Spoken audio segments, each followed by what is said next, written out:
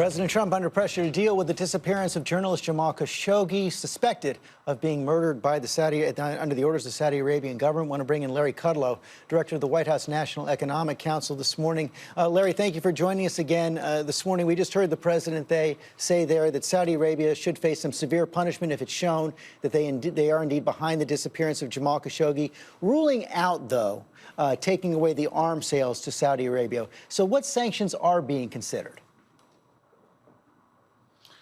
George, I don't want to get too deep in it. I don't want to get ahead of the president on this.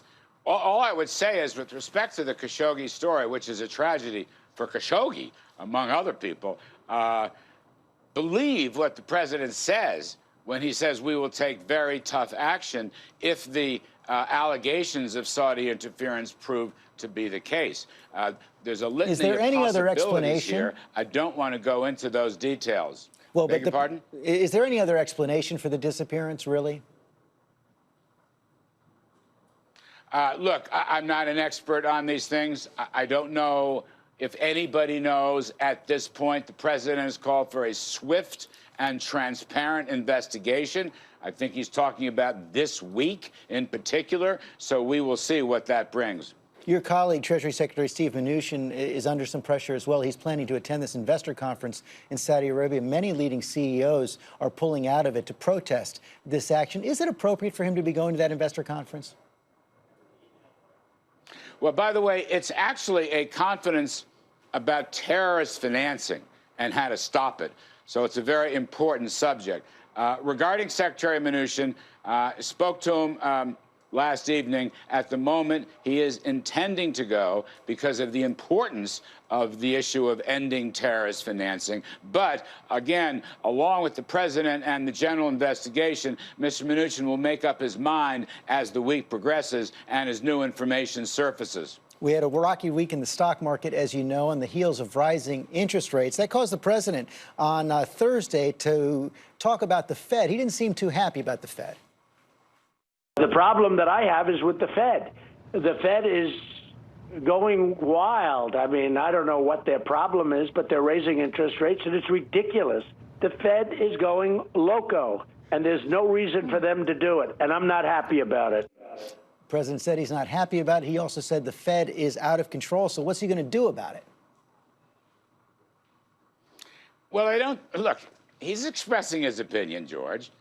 He's a very successful businessman and investor. He's raising an important topic. A lot of people on Wall Street and academia and elsewhere in the press are talking about interest rates, the speed of the increase, and whether it will impact the economy. It's a legitimate subject. Do you believe the Fed is out of control? I do want to add, however, quickly, look, I don't personally, and the president respects the independence of the Fed. Let me make that very clear. He said as much during these comments. He is not telling them or mandating them to change their strategy. He's not telling them to change their policy. He's just raising a very important issue, which, by the way, everybody else in the world is also raising. I do think, I want to say this, pretty much everybody believes that we want this economic boom, which virtually no one expected. We want this boom to continue. Everybody believes that. The Fed believes that. The president believes that. Investors, businessmen and women all believe that. We're running for the same objective. There are issues and discussions within that. But President, again, let me say this, has never interfered with Fed independence, and he has said so. What is the biggest threat, though, to that continued economic growth? A lot of people have been citing the president's focus on tariffs, particularly with the Chinese, as something that could stall this economic momentum right now. Well, I think the trade issue, let me just add one point, though, to me. The biggest threat to this economic boom, which in my view is going to go on for several more years, is efforts by the Congress to overturn it. And I think that's an election year theme.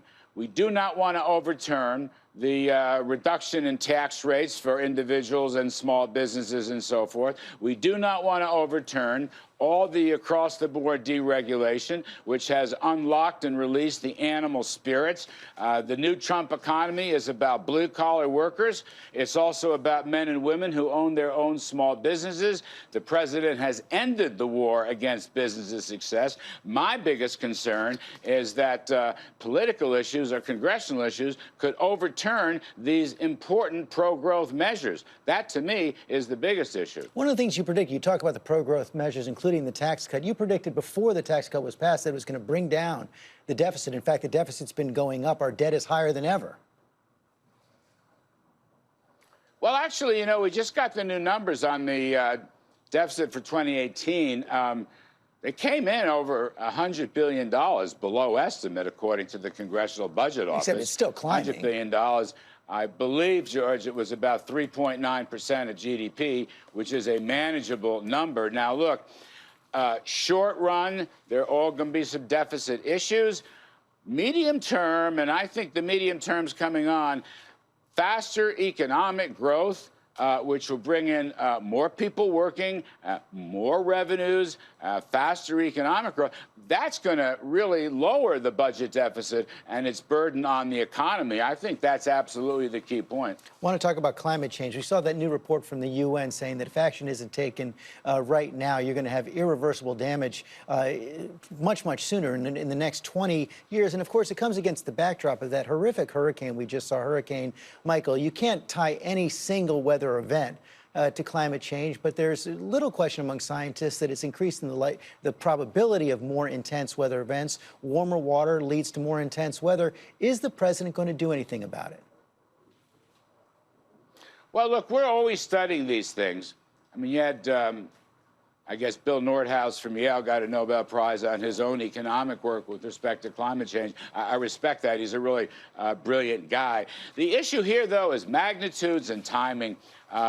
Personally, I think the UN study is way too difficult. I won't say it's a scare tactic, but I think they overestimate. These models have not been very successful in the last 20 years, and we have to be cognizant of the work that needs to be done. I'm not denying any climate change issues, George. I'm just saying, do we know precisely, and I mean worth modeling, things like how much of it is man-made, how much of it is solar, how much of it is oceanic, how much of it is rainforest, and other issues. I think we're still exploring all of that. I don't think we should panic. I don't think there's some, imminent catastrophe coming, but I think we should look at this in a level-headed and analytic way. You know, the New York Times is reporting this morning that Jared Kushner, the president's son-in-law, White House aide, likely paid no income taxes from 2009 to 2016, despite real estate profits that have fueled a net worth of more than $300 million. And, of course, that comes on the heel of the other New York Times report that showed how the president's family, his father, shielded his estate from taxes, fueled President Trump's fortune, including, they say, through outright deception and possible fraud. So do Americans have a right to be concerned that President Trump and his family are gaming the system for their own benefit? You know, the most recent Times story, George, about my colleague Jared Kushner, who, by the way, is a brilliant guy and has enormous integrity, that story itself said he didn't break any laws. I mean, he's a successful businessman. There's no law against that. I respect that. I think Americans respect success. I just don't think these stories have anything to them. I thought the President Trump story a couple of weeks ago was just full of holes and hot air and whatnot. Playing by the rules is a good thing, not a bad thing. Both gentlemen have done so. And as I said, in the Jared Kushner story out yesterday, the Times story itself said he's done nothing wrong at any time. Larry Kudlow, thanks for your time this morning. Hi, everyone. George Stephanopoulos here. Thanks for checking out the ABC News YouTube channel. If you'd like to get more videos, show highlights, and watch live event coverage, click on the right over here to subscribe to our channel. And don't forget to download the ABC News app for breaking news alerts. Thanks for watching.